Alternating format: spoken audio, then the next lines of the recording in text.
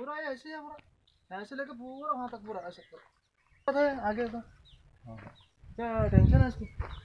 और बड़ी लेना है कि छोटी लेना है? छोटी लेने में तो बात अलग है। हाँ हाँ, ये तलवार लेना है, इसका काम ही यहाँ से ट्रैक्टर भी जाना मुश्किल है। हाँ, कोई गाड़ी जा सकती है। रास्ता है ये 30 फीट का। जैसे ये रास्ता पूरा पैसा है। क्या है तो बोलो तुम स्टेटमेंट बोलो। ये एलटी लेन का, ये एलटी लेन बड़ा लेन है। उसका ये पूरा ये बहुत दिन से हम बोलने के बाद भी काम नहीं हो रहा है। इसके वजह से किसी की भी जान भी जा सकती है। पूरा सर एक कितना देखो 2 फीट का फासला है सिर्फ। हम केबी को जाकर कम से कम 4 बार बोल गया, बोलने के बावजूद भी काम नहीं हो रहा है। हम इसको 1.5 साल से हम इसको कंप्लेंट दे रहे हैं जसकाम में हम जाके। और छोटे बच्चे क्या है यहाँ खेलते करते रहते हैं। अब के साल बारिश ज़्यादा नहीं हो गई, शुक्रिया हमको बहुत अच्छा ये हो गया।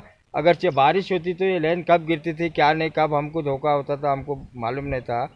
हम बहुत दिन से प्रयास कर रहे हैं। क्या बोले कोई तो मरने के